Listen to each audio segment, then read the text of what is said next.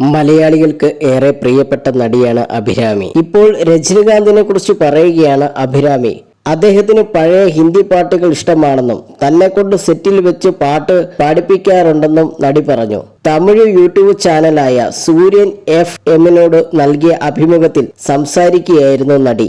എന്റെ ഓർമ്മ ശരിയാണെങ്കിൽ 2001 2002 ആയിരിക്കണം. നടികർ സംഘത്തിൽ നിന്നും ആക്റ്റീവായിട്ടുള്ള ആളുകൾ ചേർന്ന് സിംഗപ്പൂർ മലേഷ്യ സ്റ്റേജ് ഷോയ്ക്ക് വേണ്ടി പോയി. അന്ന് മലേഷ്യ മുതൽ സിംഗപ്പൂർ വരെ ഞങ്ങൾ ബസ്സിലാണ് പോയത്. വലിയ വലിയ താരങ്ങൾ ഒരുപാട് പേർ ആ ബസ്സിലുണ്ടായിരുന്നു. വിക്രം, തൃഷ, ജ്യോതിക, സൂര്യ അങ്ങനെയുള്ള നിരവധി ആളുകൾ വന്നിരുന്നു.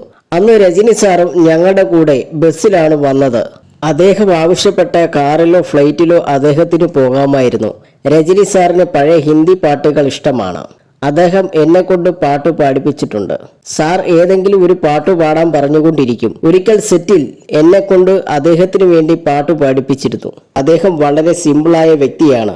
ജീവിതത്തിൽ ഇത്രയും വിജയിച്ചിട്ടും ഇത്രയും വലിയ ഉയരത്തിലെത്തിയിട്ടും രജനി സാറിനുള്ള സിംപ്ലാരിറ്റി ചെറുതല്ല, അഭിരാമി പറഞ്ഞു. ഇപ്പോൾ സിനിമാ പ്രേമികൾ ഏറെ പ്രതീക്ഷയോടെ കാത്തിരിക്കുന്ന രജനികാന്ത് ചിത്രമാണ് വേട്ടയാൻ.